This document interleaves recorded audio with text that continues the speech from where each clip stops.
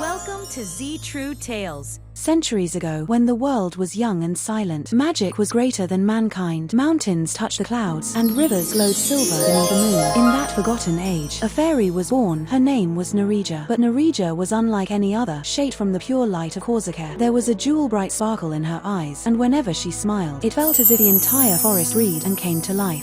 Wherever Narija walked, flowers bloomed without being touched. If she hummed softly, the birds would join her melody. Narija was not only breathtaking, her heart was gentle and crystal pure. She helped anyone in need, though other fairies constantly warned her. Humans are ungrateful, stay away from them. But Narija only smiled and replied, in this forest, even the coldest heart can change with love. In the same realm lived a sorceress named Maya, once a noble fairy, but jealousy and greed dragged her into darkness. She wanted the entire world to bow before her, yet Narija's pure light kept weakening her black magic day by day. Maya would stare into her mirror with burning hatred, whispering, one day this angel of light will destroy me. As long as she exists, my darkness can never rule. At last, Maya devised a wicked plan. She summoned Narija in a sweet, deceptive voice and said, I have a special gift for you. Look at this pomegranate. Every seed holds power and fragrance. Trusting and innocent, Narija touched the fruit, and in an instant, everything changed. Maya began chanting terrifying spells. Instead of opening, the pomegranate sealed shut, a glowing ring trapping Narija within it. In a heartbeat, she shrank and vanished inside the fruit. Maya's laughter echoed through the forest like thunder. Now she is my prisoner. As long as this pomegranate